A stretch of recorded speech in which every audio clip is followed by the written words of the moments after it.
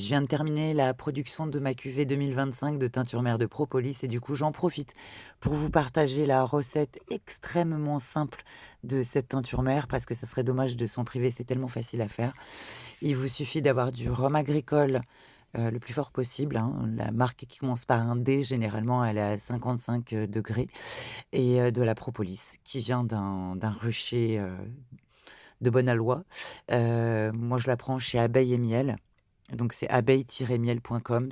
C'est un business local, leurs ruches sont partout en France. Les Martin Brothers et c'est des vrais amoureux des abeilles, ils font des photos de leurs abeilles et tout, ils sont à la cool et ils sont vraiment adorables et leur miel est top. Je suis pas sponsorisée, hein, je leur fais de la pub complètement gratuitement parce que je les aime bien et que c'est un peu des chouchous.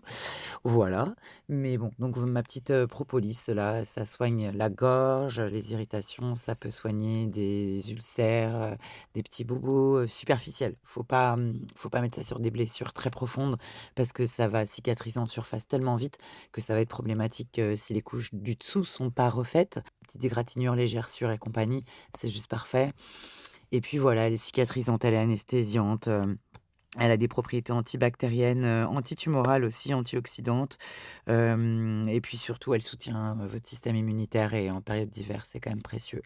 Voilà, bah, écoutez, c'est tout bête, hein, vous la pilez au pilon mortier, le plus fin possible. Vous en faites de la poudre, vous vous débrouillez comme vous voulez. Alors pour les quantités, pour 2 grammes de propolis, on met en général 10 millilitres d'alcool, ce qui fait que si vous achetez un petit pot, de 20 grammes, vous mettez 100 millilitres d'alcool, c'est tout bête.